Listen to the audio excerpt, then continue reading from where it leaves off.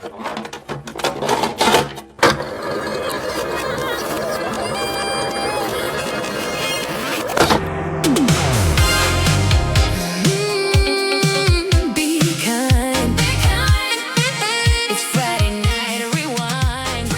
back to Friday Night Rewind, everyone. I'm Jason. And I'm Scott. And we're doing another Fork for Friday. Today, we are talking about one of the biggest movie stars who's ever lived, Arnold Schwarzenegger. We each brought 4 movies to the table. Now, these aren't necessarily our 4 favorite or the 4 best movies, but they're 4 movies that we wanted to talk about. So, without any further ado, Scott, let's get to the chopper. All right, let's get into it. I'm excited for this one. Obviously, we both grew up on Arnold Schwarzenegger, as did many people that listen to our podcast. So the first movie for my picks, I'm going to go with a 1984 standout, the original Terminator, directed by James Cameron. This was released October 26, 1984. And this is one of those blow the box office away, budget of $6.4 million. It did $78 million at the box office, which obviously is pretty huge compared to what it costs to make. But this is an excellent film. How many times do you think that you've seen this film? I have a number in mind. I know. How many times? The original Terminator. The original Terminator. Fewer times than I've seen Terminator 2. I okay, know fair that, enough. I would agree with that. It's still gonna be more than 20. Yeah, I was going to say I've probably seen this film somewhere around 20 to 25 times, I would say at bare minimum. It's just such an easy one to go back and watch. It's not a very long film. It's about 107 minutes. Really what this film is about is the machines, the AI, they become self-aware and decide that humans are the biggest threat to humans. And so they wipe us out. It was really the first, ooh, AI scary, it's gonna take over the Earth movie, right? There were a whole bunch of them, iRobot and The Matrix, but I think Terminator was the first big warning about artificial intelligence ever replacing us. Yeah, and even to this day, every time my wife's like, "Oh, I used AI to do something," and I'll be like, "Yeah, it's gonna kill us." Right. At some point it's gonna figure it out. If we never had AI, if that never came to fruition and that was just a science fiction idea, I wonder if this film would play so well. But I actually think that because of our advances in technology and software and AI and all that kind of stuff, I think that this film stays poignant. So what do you think? I don't know. What are your thoughts on that? Well, sure. It stays poignant. For anyone who doesn't know the full story, in the future, there is this war between the machines and man, and man finally becomes victorious against the machines thanks to the heroic feats of this legendary warrior named John Connor. And so the machines, in their infinite wisdom, the plan that they come up with is to send a robot soldier back to before John Connor was born to kill his mother. And then the Resistance sends a soldier on their own. Yeah. And there's a whole, causality thing. I think I used that word correctly. I don't know. Or of course it turns out, that the soldier that they sent from the future to protect John Connor's mother actually is John Connor's father. So the whole loop is closed and everything as well. And so I think, technology and stuff aside from it, I think it's it's an interesting philosophical film as well. Right. And it does have so many great performances in it. Michael Biehn, was really the coolest actor ever. I really wish that guy had gone on to do more. When I was a kid, he was my favorite actor for a little while, just because he was Kyle Reese in Terminator, and then he was Hicks in Aliens. He was Johnny Ringo in Tombstone. Yep. He was in The Abyss. He wasn't in that many movies, but every Navy movie SEALs, he was in, he was remember just that one? so cool. Yeah. He was so cool. And Lance Henriksen, he was another awesome one who was always working with James Cameron, who was a big one that I really liked as a kid. So yeah, this one it had a lot of really cool and iconic moments to it. Bill Paxton's crazy cameo. I know. It's wild. I Yeah. mean, it's really fun to see people like that in earlier films or in first films or whatever. I always really, really enjoy that. Parts of the film that I really love are, this does feel like one of those sort of nods to, earlier films where it's practical effects, right? Yeah. It's pre CGI for the most part. Some of the scenes where, Arnold's character as the Terminator gets hurt. And so he has to repair himself and he has to repair his hands. And these are done with real props, not Oh, it's CGI, completely which, free CGI. Yeah. yeah, I absolutely love that side of it. Of course, one of kind of two or three most iconic lines from Arnold, which carried him through his career, is "I'll be back," which happens in the police station. So for me, it really just boils down to how well they made this film on what I would say is a pretty minimal budget. Linda Hamilton is really great, and she kind of plays this. I love her arc in this. And I think you'd agree with me. She goes from this sort of frail, waitress at a restaurant, not really knowing what she's going to do with her life. She's got this roommate. Her roommate's sort of, got a boyfriend and doing all the things. She's going to movies by herself, kind of, a little bit more of a loner type girl. And through the course of the story, she really becomes the hero. And so that I really, really enjoy. And I want to also say to James Cameron, like, he really has done a great job of emphasizing female leads as the hero. And I love that, because same thing with Sigourney Weaver and Aliens, right? And really just making that female like a tough as nails type character. So I love that he did that. And I think it's important. And I don't know how often that was done before he started really putting that emphasis on kind of female leads and female heroes. So kudos to him on that. For sure. Right on, James yeah. Cameron. Let's wrap this one up. And what would you give it in your scale between 1 to 5? I think is the scale that we decided to. That is an Arnold front. I give this a 4. Arnold's. I like this film a lot. I think it holds up really well. It's definitely a nod to an older type of film, but done in a very, very, very good way. And like I say, the performances are all fantastic. It actually, to me, is kind of a perfect movie for Arnold, because the character of the Terminator is sort of, stone-faced and stoic, I would say, maybe. And yeah, so he doesn't have to, the acting isn't emphasized, which is kind of perfect for him. He can just be big and brooding, and it's kind of scary. But great film to rewatch. If you haven't seen it, it's really get into it. It's fantastic. It's a quick one. It's an easy one. A lot of great actors in it. Good story, great writing, great directing, great practical effects. It's a movie that really holds up. Right on. And without Terminator, we wouldn't be here talking about Terminator 2, T2 Judgment Day, which I cannot talk enough about what this movie meant to me in 1991. Oh, hell yeah. I was 12 years old.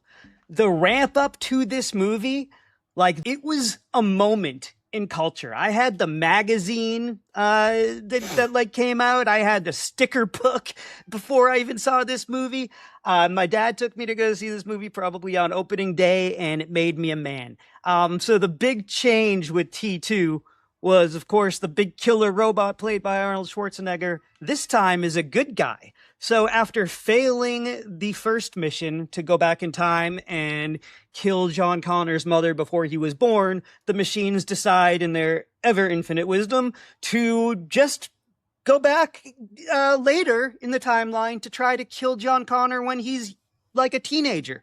Why not? And so this time, you talk about character growth.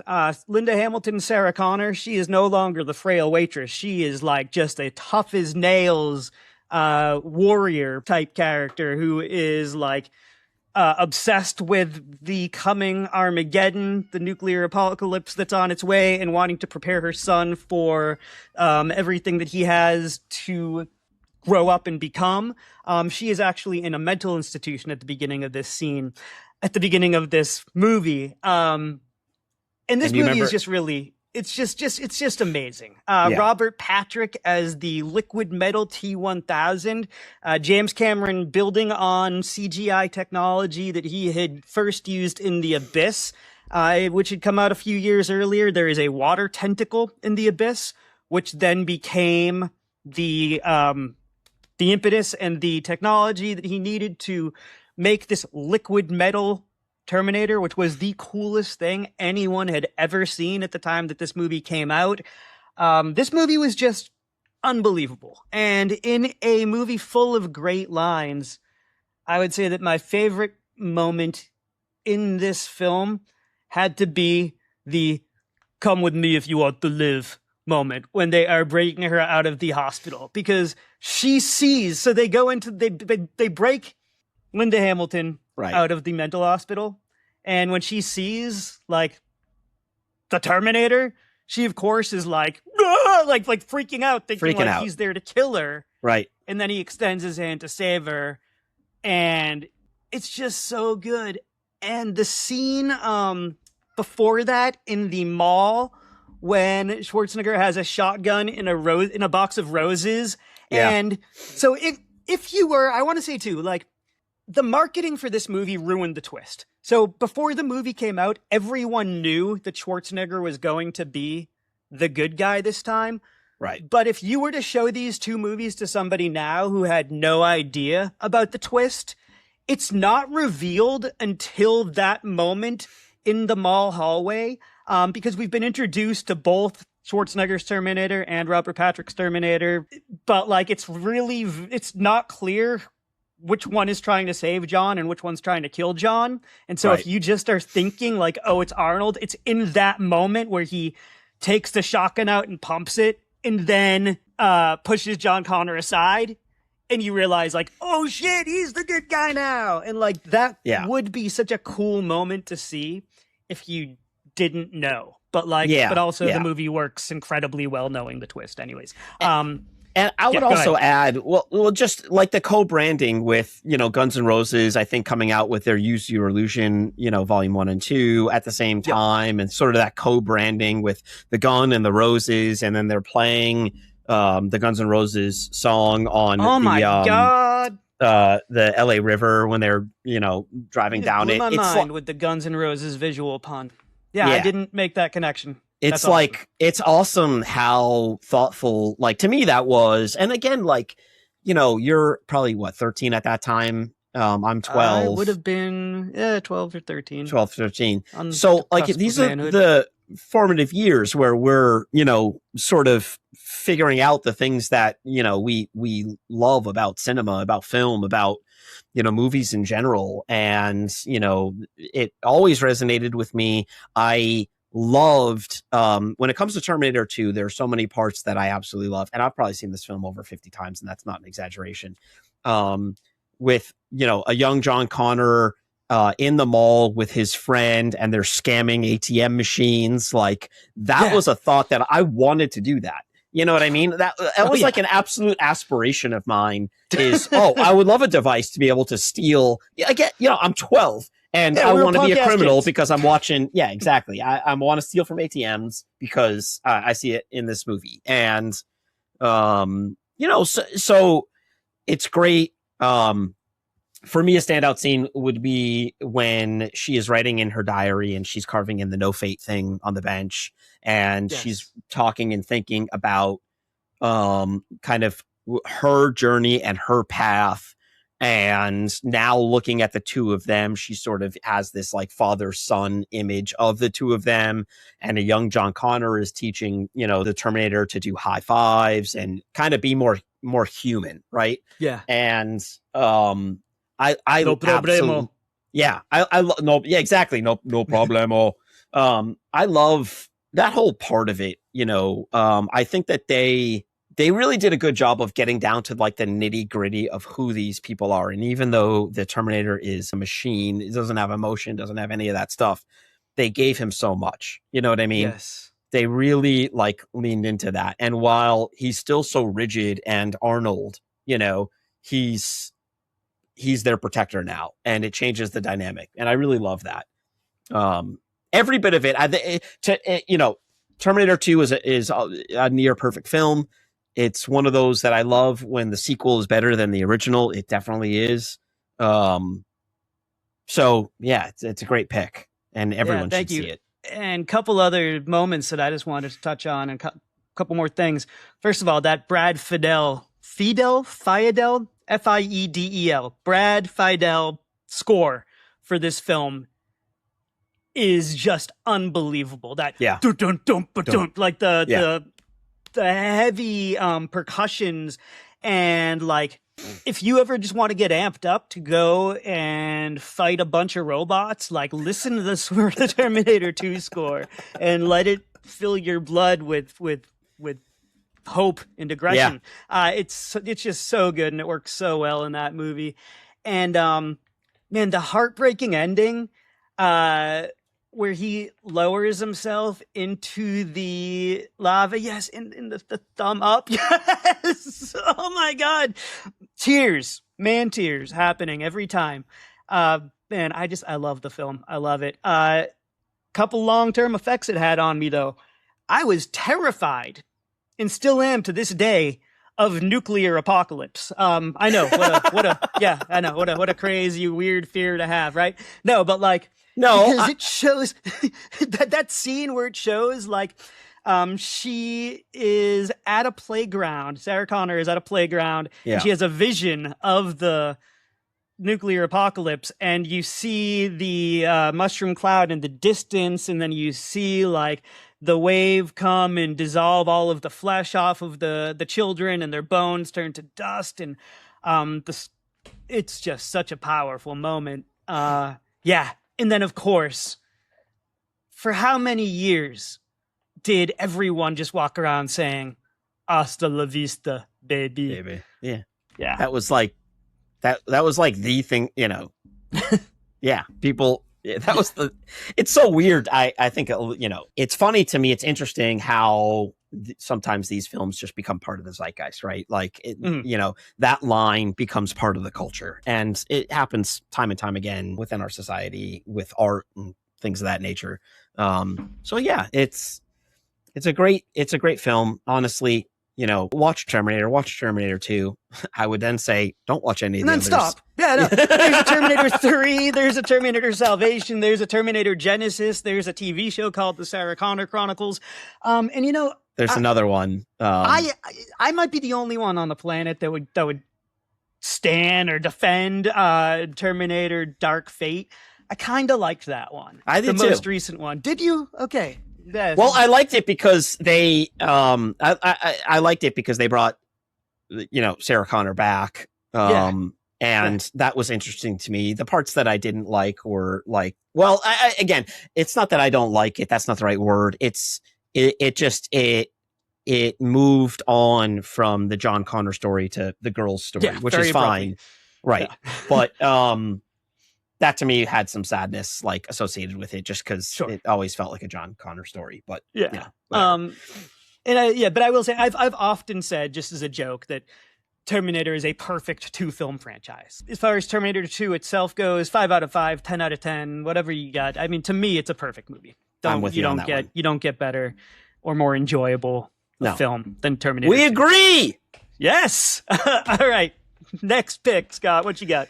All right. I am going back to 1987, specifically June 12th.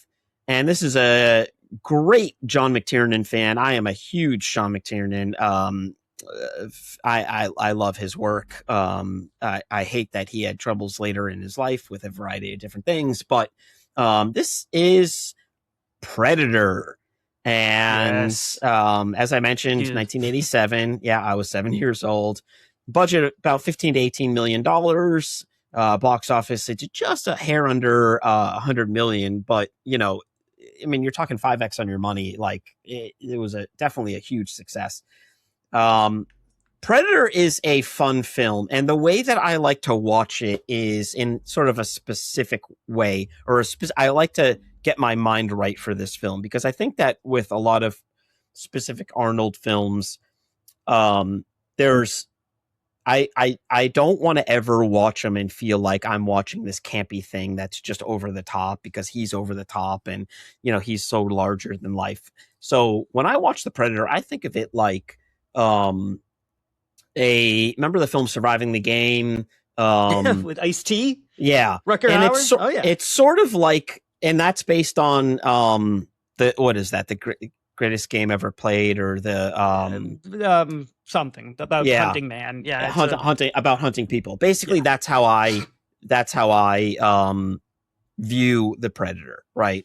And that's really what it's turned into with all the other films and things like that. The Predator is sort of playing this game where he's hunting people, and that's effectively what the film is about. There's Arnold Schwarzenegger plays this guy named Dutch, and him and his team are working with the CIA and Carl Weathers, Colonel Dillon, and they're going back into to find some CIA assets. And Dutch, played by Arnold Schwarzenegger, is this rescue team guy. He's not really a assassin guy, and so he's a little conflicted.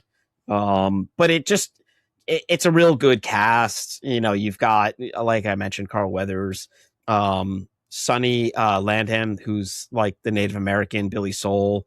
You got Jesse Ventura. You got Shane Black, who would go on to be a great director, directing so many different films. And Shane Black's funny in this because he's sort of like the comic relief, but they kill him really early in the film. And he has these two jokes, and both of them are just like jokes about vagina. And like one of them like completely doesn't land, and then the next one lands in such an aggressive way that the guy that he tells it to is like, and then he's killed. But yeah, if I may, to me, yeah, Shane Black did go on to become a legendary director, direct tons of films, many of which are my favorites. But he also ironically went on to later in his career direct the worst Predator sequel. I don't know if you saw that one, but it was the one that came out about 10 years ago that was just called The Predator. And it is a giant pile of just diarrhea, like just stinky runny shit. I've seen that one a couple times, and there are parts of it that I like about it. Okay, all right. But it is really terrible. Thomas Jane is in that one, and he has Tourette's. Like, why you would throw? And he like goes off on. I don't know if that was like scripted how far he goes with the Tourette's, but I read some stories that like he would be doing a scene with the Tourette's, and he would like, and all the actors would be like, I can't take it, like he's going like pretty crazy. But anyway, nice. Yeah, I don't think that many of the Predator sequels are really that great. I think that Predator 2 is kind of cool and fun, but not really great. And I like the idea that the sequel takes place like in a city environment, whereas this one was kind of in the jungle. I completely derailed you. You weren't even done talking about what the plot of this film is. No, that's it. It's just about the Predator comes to Earth, and effectively he's just hunting people and for trophy. And that's really it. And these people get mixed up with him, and in order for them to live, Predator has to die. And movie over, and that's it. And then they get to the chopper, and then they they get knocked off one by one. Yeah. We will be remiss though to not mention my favorite moment in this film. Not really, but that one of the most iconic scenes in this film. Two moments come to mind whenever I think of Predator. First of all, the handshake of all handshakes. You've all seen it. Anyone who is listening to us or watching us right now has seen the meme of Carl Weathers and Arnold Schwarzenegger shaking hands. There's a black arm and a white arm, and the most manly handshake that has ever happened. And it is just, you see it and you're like, yes, those are men. Those are men, and that is how you shake a hand. And the scene of Bill Duke just dry shaving. So they're in the forest. They're being hunted by an alien, and Bill Duke is just there with a disposable Bic razor, just dry shaving his face. I don't know why. And so what's interesting about Predator is the way that they killed all the people was they killed them in the way that they sort of were emphasizing. So for that actor, he's shaving his face, he gets his head blown off. And someone else does something with the chest and he has his like chest blown apart. Huh. One thing I actually think is like super funny about this film is the I sort of struggle with this when it comes to action and military films, is the ammo situation. You know what I Oh mean? And I god. don't know about Yeah. you, but like if I'm watching a Western and and I see a 6 shooter, Yeah. I'll count. I'll be like 1, 2, 3, 4, 5, 6, My dad used to 7, do 8, 9, that. 10. Yeah. Yeah. So these guys are in the jungle with no resources and no way to get, extra equipment, ammo, whatever else they may need. Yeah. I don't know. And they are just lighting, Yeah. lighting the jungle up with bullets. I mean, they It are was the 80s, shooting. man. Nah, no one gave Yeah. a shit about counting No, ammo. no, there was no reloading in the 80s. That No, no, no. so I would like to know, at some point reloading became sexy and then they started doing it in movies. And when I say it became sexy, like literally, I mean just the clip being inserted like into a pistol. I mean, but like John Wick, and like it's like we Throwing all think the of like the right, exactly. Like there is like a very sort of sexy way of like reloading, and it happens in action films now. But like in the 80s, it didn't. In the 80s, there was no reloading. Like it was just considered like boring, and you didn't want to see it, and so it was like a conscious choice to not do it. And not only was there no reloading, but like these guys were carrying guns that Jesse Ventura was carrying yeah. a gun that like no human should. It was like a helicopter gun. He walking around with like a Gatling gun. It was like it's insane. Yeah. So I think it's fair to say to our viewers, to people that listen to the pod, to people that watch the pod, I think it's fair to say again, we want to encourage younger people to get out and see some of these films that we grew up on because they are great and we stand by them. But you have to you have to watch them with a little bit of a grain of salt, right? And understand the context of the time that these were filmed in. And I think if you do that, you'll have a similar reaction that we do upon rewatching some of these films, which is, these are moments in time and it's not really done that way anymore, but it doesn't mean that the film is bad or lacks in any way. I think it's still a really fun film. It's one of those easy, again, it's an easy film to watch. I think it's like I mentioned, surviving the game. I love the end where Arnold is setting up all of his, sort of booby trap stuff.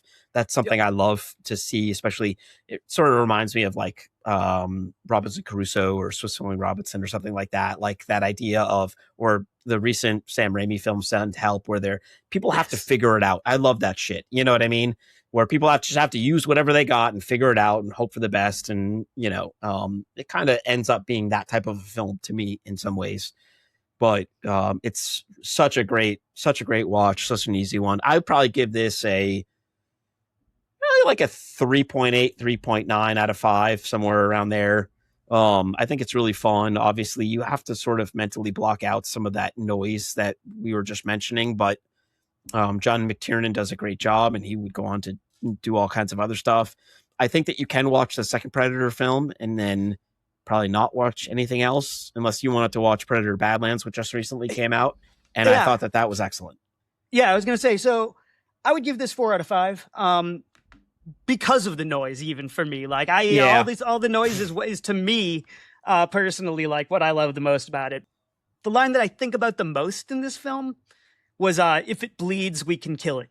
I don't know why, but that line just like comes to me a lot. I like the Jesse Ventura line when he's like, I ain't got time to bleed.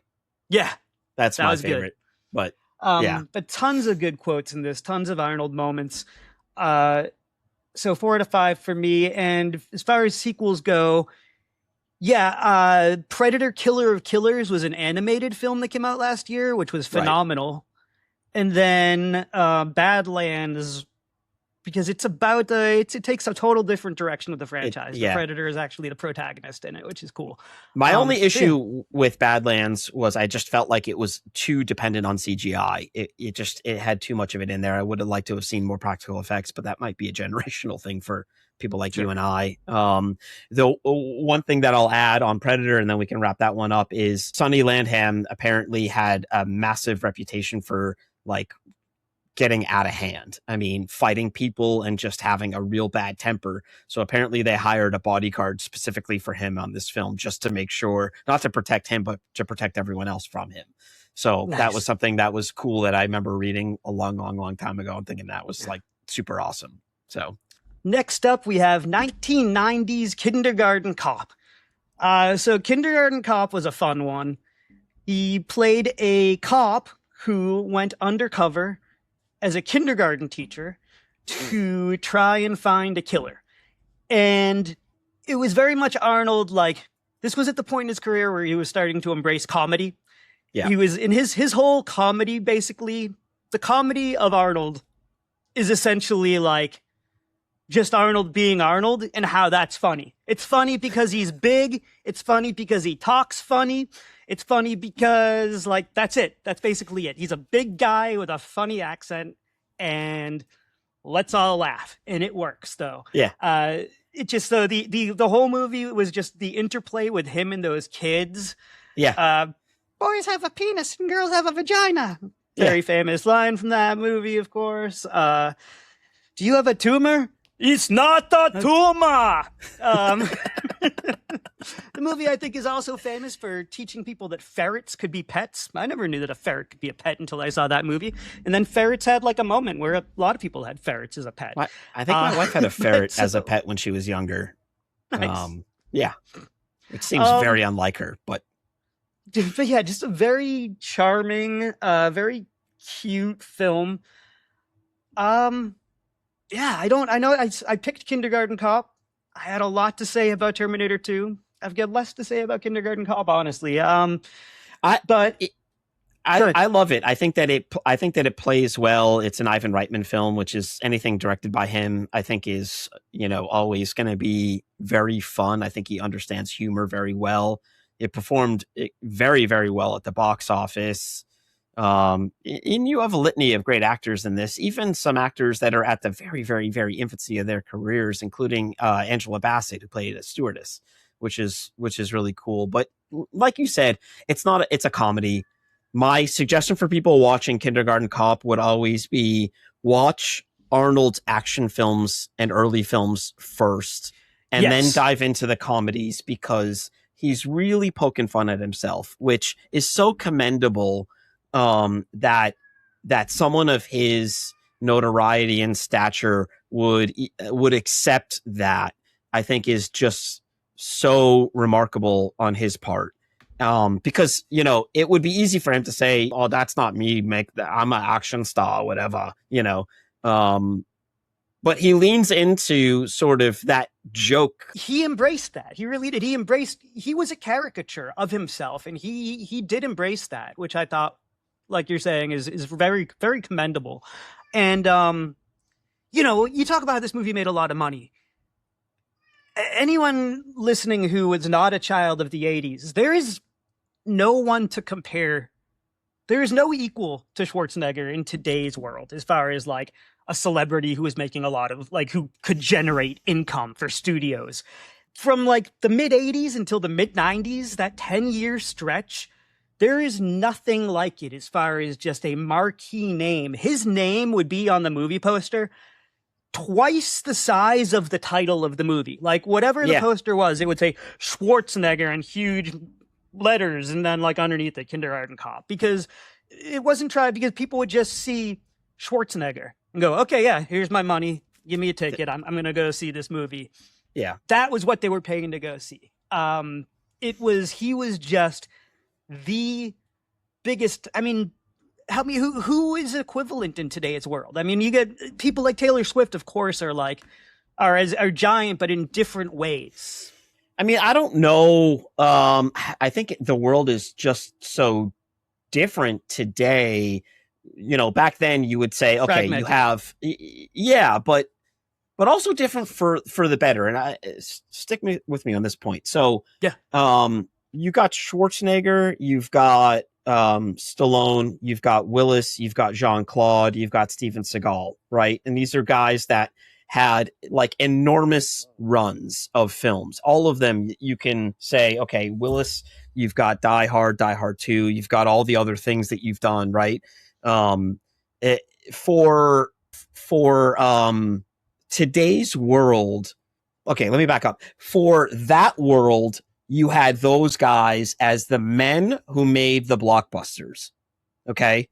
Like those 5 guys were just enormous. They, like, to your point, you put their name on a billboard and people just go see the movie. It doesn't matter what the movie is or what it's about or anything like that. It really didn't matter at that time. Today, the biggest box office earner is Zoe Saldana. Okay. She is in the most billion-dollar revenue films. A lot because of the Avatar films, a lot because of the Marvel Cinematic Universe, but she is the biggest box office earner today. Sure, but she's not a draw. She's not a draw the way that it doesn't totally. Say Saldana, and nothing against Zoe. We love you, Zoe, but to continue with your point. It's just different today. That's my point. Is it's just different today. You don't have those marquee stars like you used to. You have, people that get into these like niche roles and, sort of can take it forever. But anyway. And instead of I think the way that I'm sort of summarizing this point for myself is that instead of like marquee names, we have marquee franchises. Totally. Right. So the game has shifted. That's really my point. The game has changed. Instead of Schwarzenegger, we have Marvel. Right. Got it. We have DC. Yeah. We have whatever. So I just think that the game, I think that game has changed. And I doubt we'll ever get back to a point where we see, the Arnolds and the Stallones and that kind of stuff. Yeah, maybe. I mean, Arnold I never lived in California, but I know many, many people, friends and family who do.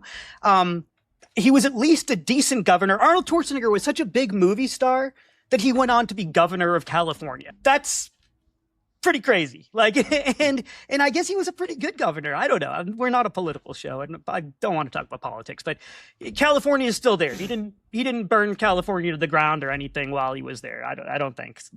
California seems to be okay. They've either survived. Way, but like he left show business for a while. Like the whole period that he was governor, he was gone from show business, and then he came back and had like another run, which I thought was cool. But man, so that was Kindergarten Cop. We diverged a lot, but quick rating for Kindergarten Cop. I'm gonna do a 3.5 on my Arnold scale. No, give it a 3.5. Sticking to it. Okay, I will go 3.2. I like it. It's fun. I think the dynamic with the kids is really fun. It's definitely a good comedy. Lots of laughable moments. Nice. What you get next? All right. Next for me, I got The Last Action Hero. And coincidentally, we've talked about a ton of people that have been part of this project. We've talked about John McTiernan already. He was the director. We talked about Shane Black. He was an actor in Predator. He's a writer on this film. And this came out June 13th, 1993, and it did pretty well at the box office. It was a bigger budget film, 85 million on a box office of about 137, so it did pretty well, but didn't crush it. This is another one of those fun films that I really enjoy. I think that this is the magnum opus of Schwarzenegger sort of making fun of himself. This is a break the third wall type of a film. Matter of fact, he breaks the third wall at the very end by winking at the kid. But effectively what this is a movie about a kid who is an enormous movie fan, and his favorite actor is Arnold Schwarzenegger, and Arnold Schwarzenegger plays a detective named Jack Slater. And, Jack Slater is a larger than life, just like Arnold, movie actor or movie character and detective, and gets all the bad guys and does all the good things. And it's a real campy film in that like all the rules are sort of filmmaking are broken, in the sense that what ends up happening is this kid gets a magic ticket and the ticket, which was passed down from Houdini or something like that to the guy that owns the movie theater, and the kid ends up in the movie. And in the movie, he's talking to Jack Slater, not Arnold.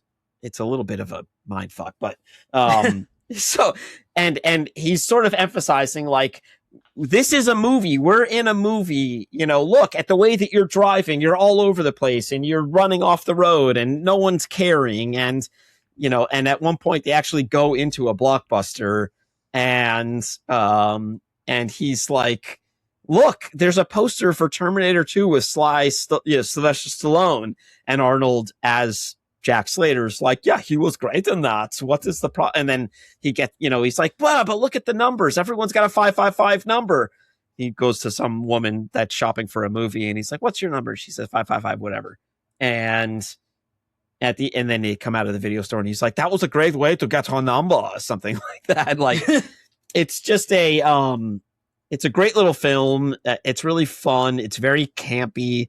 I really enjoy like the back and forth. He does a really good job with kids. I hope he was like it seems like he was probably a good dad. One of his kids is like a star now. I forget his name, but he's in stuff. He seems like a good dude. He was good on dad, the latest season of White Lotus, and but to me, like this film introduced me to an actor that I have come to really love just about everything that he's been in. And that actor is Charles Dance.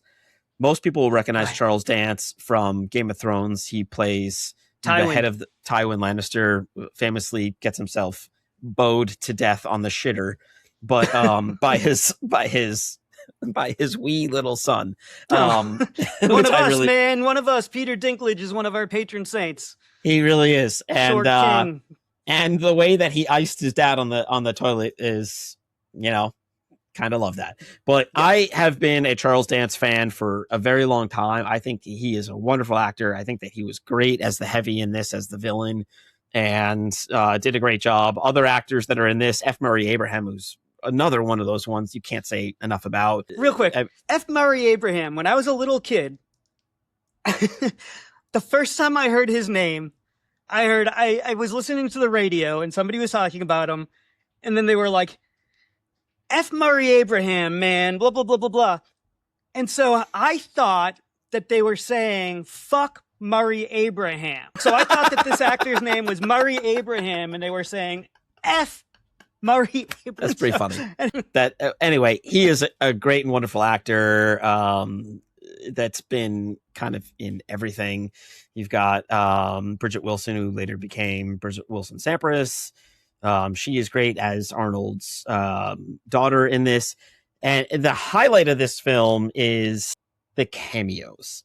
The cameos in this are incredible. I mean, you have everything. You have Sharon Stone making an appearance. You got Tina Turner. You got Robert Patrick playing the T2, coming back for that part. I mean, you have Sylvester Stallone kind of making a cameo in the poster. You have Angie Everhart as the video store clerk. I mean, Danny DeVito played the cartoon detective little guy. Ian McKellen played Death. I mentioned Danny DeVito. It's just a litany of so many different great actors and actresses in this. It's just such a fun watch. It's an easy one, and it is campy for all the right reasons and all the good reasons. It's not campy where you're like, ugh, I just hate. They're doing it on purpose, and it's I think that purpose that really drives the film. But it's a real good one. It's a real fun one. And you get a little moment at the end when they come back into the real world and the real Arnold Schwarzenegger is doing an interview on the kind of red carpet for a film. And his then wife, Maria Shriver, was there, and he starts like promoting something and she's like, not the time, and he's like, oh, I just thought it was be a good time to mention this new cologne I'm, whatever. I don't know. Yeah. But it's a funny, like I could see, I don't know, I can't tell you how many times my wife will nudge me and be like, no, we're not doing that right now. You know what I mean? And I'm like, yes, boss. But yeah, great film. Really loved it. What are your thoughts on Last Action Hero? I can't wait to give you my thoughts on Last Action Hero. Last Action Hero is a film that I have seen once. I have not seen this film since it came out. I'm changing that today. You just got me to go check this movie out. When it came out, I think I was 15, I guess, when it came out. I was at an age when, like, I guess I was just kind of like taking myself too seriously and like over this I get shit. That. Right. So like I don't really remember it making much of an impression on me at all. I don't know. You totally sold me on it though. I'm super excited to go see it now, and I will definitely let you know what I think about it. Yeah, I'll give this a 3.4 out of 5. I think it's really, really well done. The cameos do it for me. They have so many great actors. And I didn't even mention Anthony Quinn, but Anthony Quinn sort of plays a bad guy in this as well. And Anthony Quinn's Anthony Quinn, and he's just awesome. So, as I mentioned, for me, the highlight was kind of the cameos and Charles Dance. You have all the other things. So yeah, I'm good with that. It's a real fun film. It's a light watch.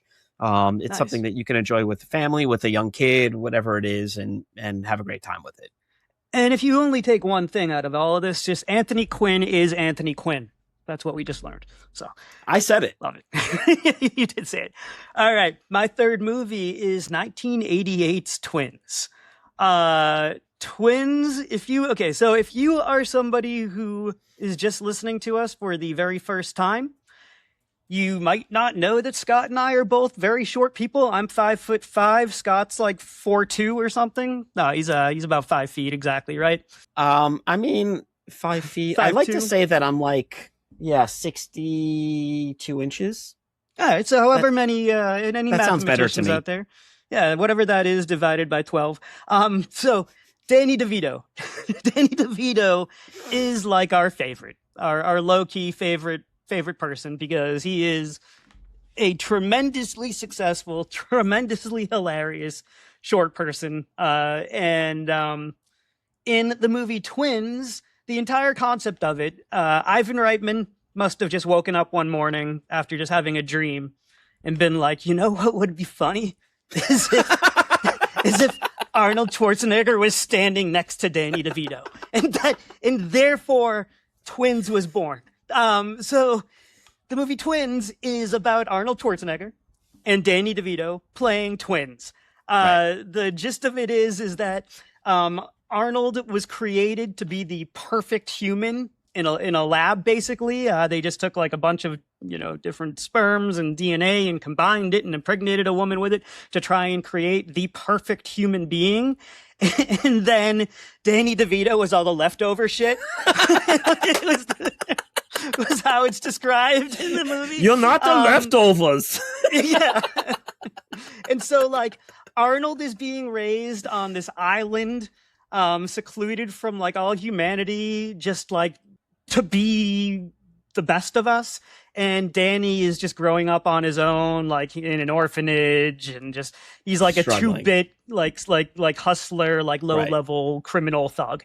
And like Arnold gets this like psychic whatever, because twins have psychic connections of some sort. I've always been super fascinated by twins, by the way. So Arnold gets this like sort of psychic thing that he needs to go to the mainland, so he rows a boat at like the speed of a motorboat, really, like 30 miles or something to the island that has the nearest airport. And he goes and meets up with Danny DeVito, and hijinks ensue for about 90 minutes. And it is just a total blast. And yeah, the whole movie is just like DeVito and Schwarzenegger playing off of each other, and like realizing like what they have in common and what they don't have in common. And DeVito trying to like teach Schwarzenegger sort of like how to fit in society, and at first kind of use him for his own like ill gains, and then obviously they wind up bonding and becoming best of friends. And the movie ends with them both married, and they each have their own new set of twins.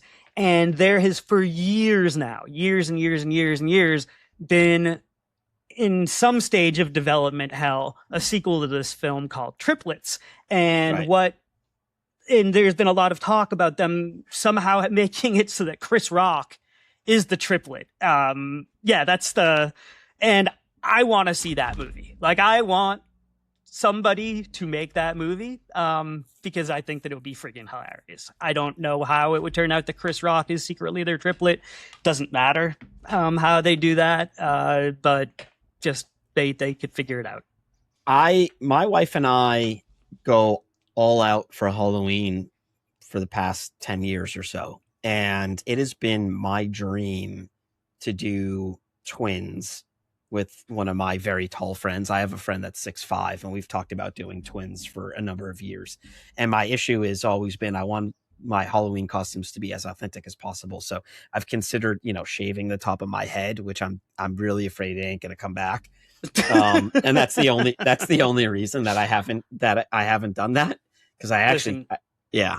As a bald man who looks at your head of hair and feels nothing but envy and jealousy, I am not a Halloween costume. I also I am deathly afraid that I'm going to end up looking like Danny DeVito. Like you carry the bald thing. You do the bald thing really well. I love it. Oh, you got a great head for it. It works for you. I don't think that it would work for me. And one of my 6 jokes is, that I'm aging into Danny DeVito, and that is my biggest fear. And fear. Well, Danny, I think you're a handsome man. I don't listen to Scott over here. Well, I'm just self-defecating. It's like, I can't. Well, you're DeVito defecating, shitting on our mascot. By the way, I think we both said defecating. Did we? Deprecating is the word. We're shitting all over Danny DeVito. Yeah, it's a great watch. It's a great film. It's so funny. It's so funny to see these two polar opposites acting and playing together and doing it at such a high level. They really, again, it's another one of those, I would say, Twins needs to be watched after you watch all of the Schwarzenegger action films that he started with, because, he is a great comic actor. He's got great timing, and he's great when he's playing with other real good, real professional comedic actors. This is just, I love this film so much. Yeah, it's just fun. And it came out, like, I was just thinking about what you said, that you have to have seen all the other Schwarzenegger films first. I would argue just a couple of them, because it came out in '88, which was like right in the middle. Yeah, it was that's true. Still years before T2. So I think as long as you see like The Terminator and or Predator, and or Commando, which is not a film that we're talking about today for some reason. Again, these 8 movies that we are talking about are not necessarily our favorites. We just pick 4 to talk about, but like, we are also talking about Schwarzenegger as a whole, and we're not going to get into Commando today, but Commando is another one which is fantastic, and is peak sort of ultimate Schwarzenegger. So that's Twins, and Twins 4 out of 5. I like it. I'm going to actually surprise you. I'm going to go 4.1 out of 5. It's a rare time where I give a score. I know. I love it. I love it so much. I think it really plays really well. I just love it. Simple as that. Hell just froze over. All right. What is film number 3 for you? Film number 4 is my last one. So film number 4 for me is Total Recall. Yes. Total Recall, man, God, do I love this film so much. I don't know how many times I've seen this film. I really don't. I couldn't even imagine how many times I've seen this film. I've seen this film at least 20 times in my teenage years. Directed by Paul Verhoeven. It's based on Philip K. Dick. If you don't know Philip K. Dick, stop right now. Just go do some reading on him. He is an absolute legend, but it's based on one of his short stories. We Can Remember It For You Wholesale. And I don't know that... Many of your favorite... Yeah. I was going to say, even if you don't think you know who Philip K. Dick is, you do. You do, yeah. Yeah. He has done, so as an example, he did the short story Paycheck, which became the John Woo film with Ben Affleck. He did Imposter, came out in 2002. Adjustment Bureau, which came out in 2011, was actually a short called Adjustment Team. The film next was a short called The Golden Man. I mean, Minority Report was the Minority Report. We all love Minority Report. That's a great film. Obviously, Total Recall and the sequel to Total Recall were based on We Can Remember For You Wholesale. And the magnum opus, sequel to Total Recall, not sequel, but there was the remake. Sorry. Yeah.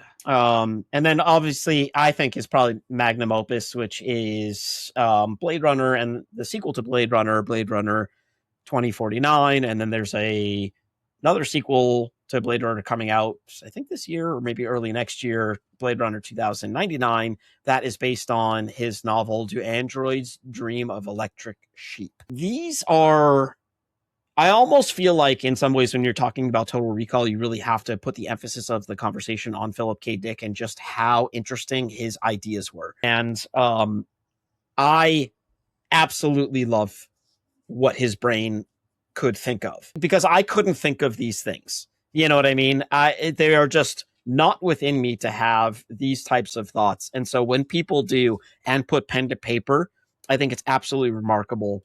Philip K. Dick as a storyteller is just one of the greatest there has ever been. He's up there with Asimov and Frank Herbert and kind of all these types of, it's almost like the beatnik version of science fiction authors or futurist authors, or however you want to, whatever you want to say about it. I don't even know how to explain the story. It's about I really I'm going to struggle to explain this. I can run with it if you want. Okay. I know what I want to say, but like, I don't really know what I want to say. It's about a guy that has his memory wiped, but then his memory comes back and he has to go save Mars. And it's so all over the place, but it works so perfectly. All right, so Arnold Schwarzenegger plays a construction worker who is married to Sharon Stone, who is bored with his boring construction worker life. In this world that he lives in, there is a company called Recall, and what they do is they implant memories for you. So because he's bored with his life, he goes and he decides that he wants to have this memory implanted where he is a secret agent on Mars, which in this world is being terraformed, and yada, yada, yada. So he gets this memory implanted. And the implants are like a way for people to like go on vacation, right? It's a way for them to do something but not do it. They just get the memory of it. So anyway, go on. Sorry. Right. So he gets this memory implanted, and then the rest of the movie takes off where he is the secret agent. And the big existential question of the movie is anything that you see that happens after he goes to Recall really happening?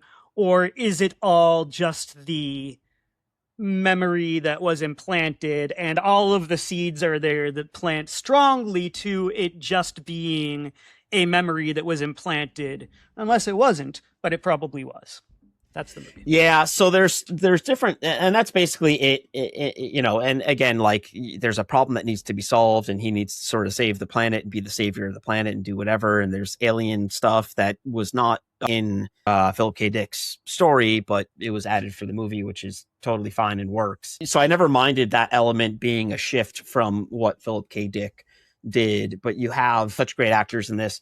First of all, like this is special effects at its infancy, but they did a really good job with marrying the special effect with the practical effects. And one moment that I'll go to, which is great, is when he's playing the woman and he's going through the customs to get to Mars. And 2 weeks.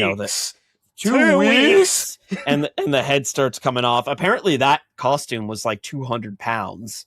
And yeah, so that was a lot. But I mean, you've got obviously Arnold in it. You've got Sharon Stone very early in her career, and she is a foxy little wife of his, keeping him kind of distracted from what we believe maybe his memories might be or not, or whatever.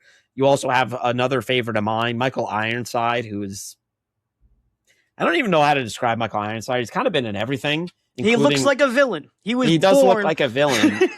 When Michael Ironside was born, like the doctor probably looked at him and went, "Oh!" and just ran away. He looks like a scary tough guy. He was in Starship Troopers. He always worked with Paul Verhoeven. He was in Starship Troopers as like the super badass, platoon leader. He was in a million things.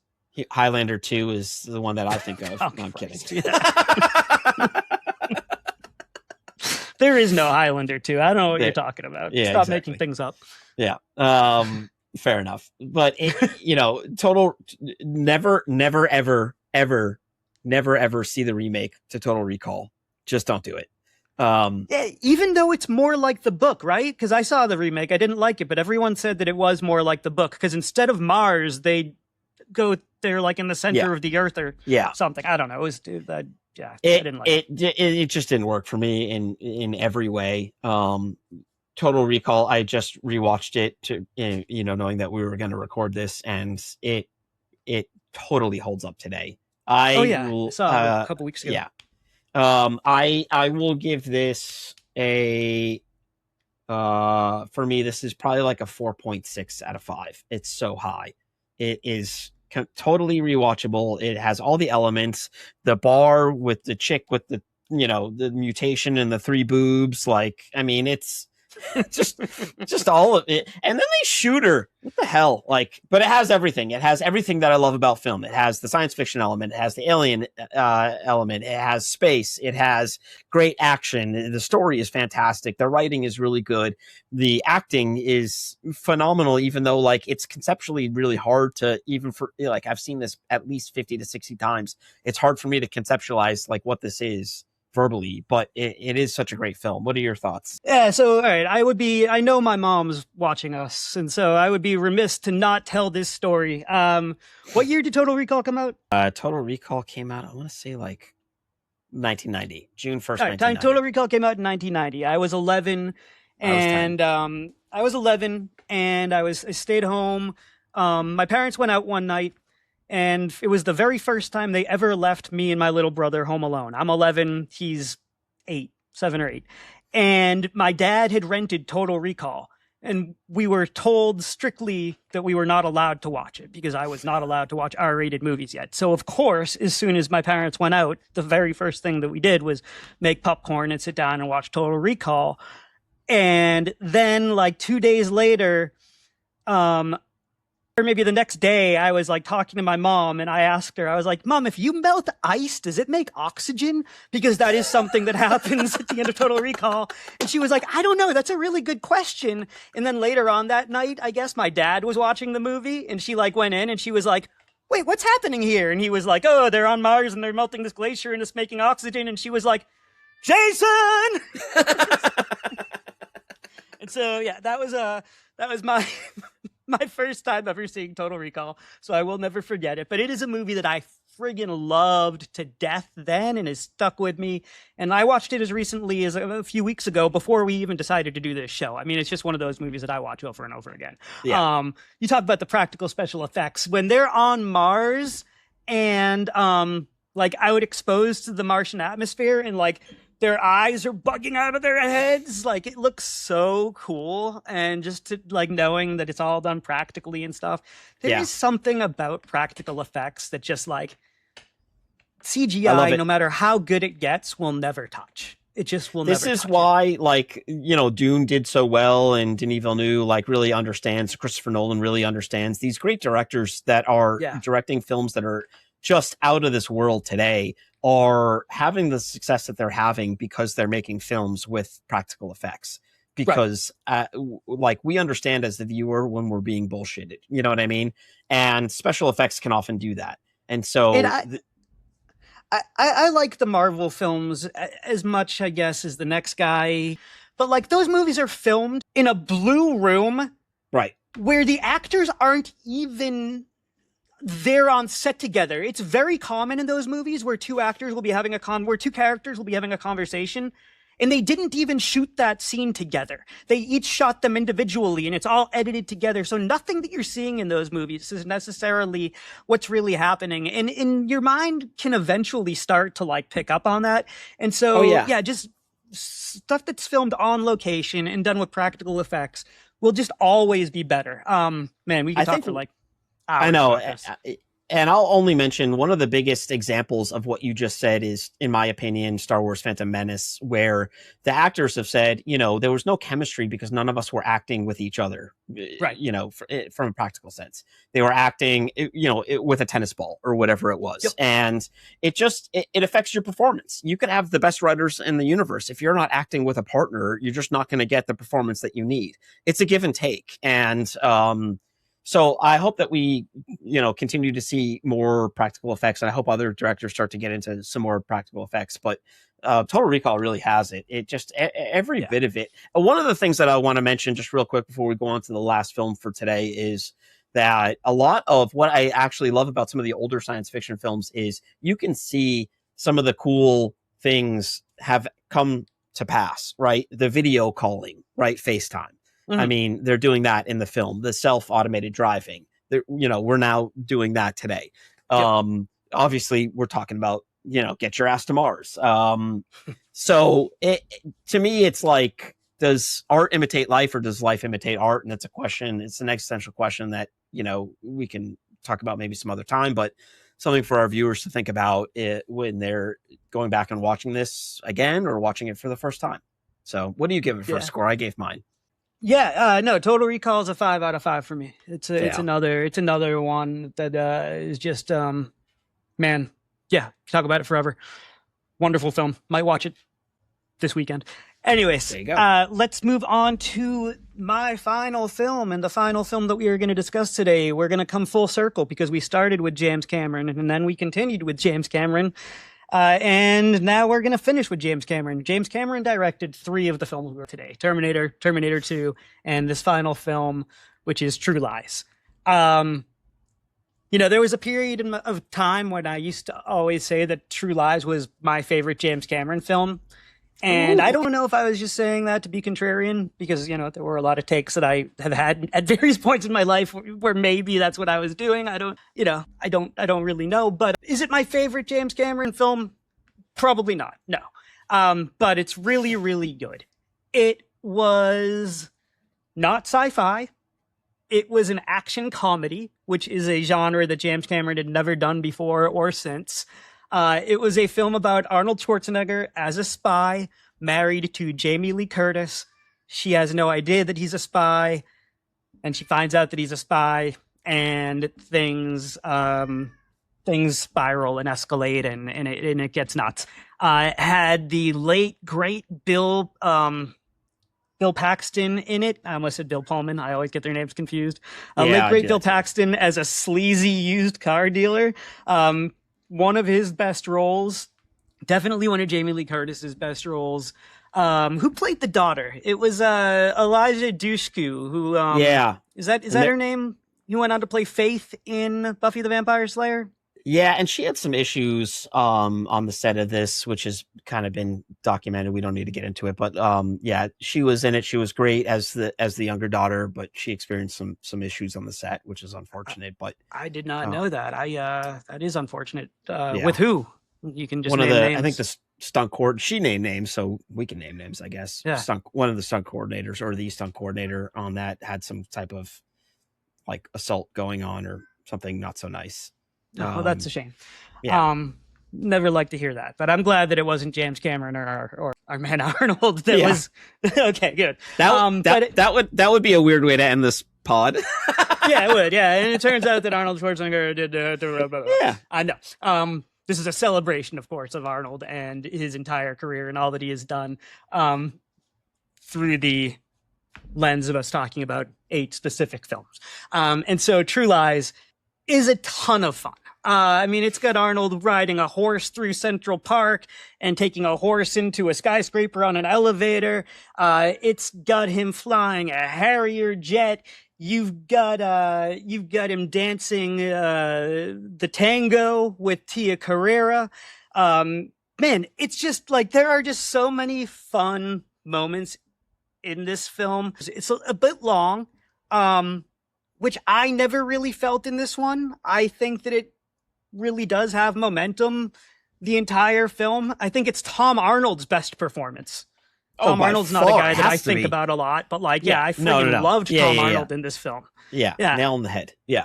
We're getting late in the show, and I'm running out of steam a little bit.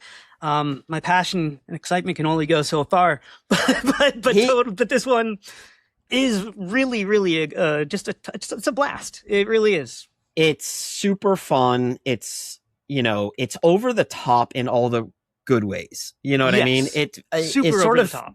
It's super over the top, and it just feels like you have one action scene, and then the next action scene is bigger, and then the next, they're blowing up bridges, and he's riding horses, and he's jumping off buildings, and Jamie Lee Curtis is doing her striptease thing, and it just feels so over the top at every turn. And I think you're totally right. Tom Arnold, probably best performance. Bill Paxton, I'm a fan of Bill Paxton. He's not always been my favorite actor, and that's okay. but in this, I think he is just perfect. And Tia Carrera is really fun in this. And yeah, it's good for all the right reasons. It was based on a French film that came out in 1991, which apparently was based on some other unproduced film, which someone sued someone about, and I think won, but it did really well at the box office. People loved it. Yeah, it's an easy watch. His films just, to me, I feel like I've said easy watch, easy watch, easy watch. His films to me are very rewindable. You know, Yes. You can go back, and if you're not a baseball person on a Saturday or Sunday while you're doing whatever, you can throw on any one of his films, and at any point, come to a scene where you're like, ooh, I'm going to sit down and watch this for 10 minutes. I think he's like that a lot. And yeah, so I really love it. Yeah, I agree. No, Schwarzenegger is just compulsively watchable. We were talking before we started recording here today, just about how most of his films have held up, and there's a couple that kind of, might be a struggle to get through. But I know Scotty watched like 20 movies of his over the past 2 weeks just to get ready for this. And I watched a handful myself, but I always am. I mean, I'm never very far from a Schwarzenegger film. It's like every film that we named today is something that at any moment, if I just sit down and want to put something on and don't know what to put on, like I might just throw one of these films on. I am not going to be watching a Schwarzenegger film for a little while. You've earned your break. I am taking a break. I guess I do have to ask though. So yeah, you said that at the beginning to me too, like that you were like, yeah, I'm gonna take a break from Schwarzenegger for a while. And I've never been there. I've never gotten to a point where I feel like I've had enough of them. What is it particularly that you are finding like that you just, if you have the words for it, if not, that's totally okay. It's one word that I don't want to hear for a while. I can't hear it. I need a break. Yeah. It's in every film. I need a break. I have seen the Conans. I have seen End of Days. I have seen Commando. I have seen all of the films that we just talked about. I need a break. I love you, Arnold, but I need a break. It's not you, it's me. I know that. I acknowledge it. I'm just going to take 5, but I'll be back to watching something as soon as I can. I may be lying to everyone. I might go back and rewatch parts of the T2 just because it's so damn good. Yeah, but Arnold, I don't need a break. I'm going to watch The Last Action Hero today. Maybe as soon as we're done with this, I might go and just get on the couch and make some popcorn and watch Last Action Hero. So it's on Tubi, so you can get it there. Nice. I will be there on Tubi. So yeah, that is about it for today. I know next week we've got something that Scott's real excited about, though. Why don't you go ahead and share with everyone who's listening? What are we rewinding for next week? So next week, I am so excited for this one. This is sort of a passion pod for me. We're going to be talking about Braveheart. And really, the discussion is going to be around, do historically inaccurate films make them bad films? And maybe we'll get to the answer, what that looks like for each of us. But next week, we're going to be talking about Braveheart, and we're going to be exploring the William Wallace and the Robert the Bruce and Scotland and the Highlands and kilts and all of that good stuff. I cannot wait. Braveheart has been a favorite of mine ever since it was released. Really tremendous film. Very excited to talk about that. So if you're liking what you're hearing today, find us on Facebook at Friday Night Rewind. Find us on Instagram, YouTube, or TikTok at Friday Night Rewind Pod. Please, Spotify, Apple Podcasts, check us out there. Give us a like. Write a little review for us. Give us a rating. All of these things, all of this interaction, it helps other movie fans find us. And let's keep on talking about movies and sharing the movies that raised us, that we love, with everyone else. Movies bring us together. Let's celebrate them together. Awesome. And we'll see you next time. See you next time.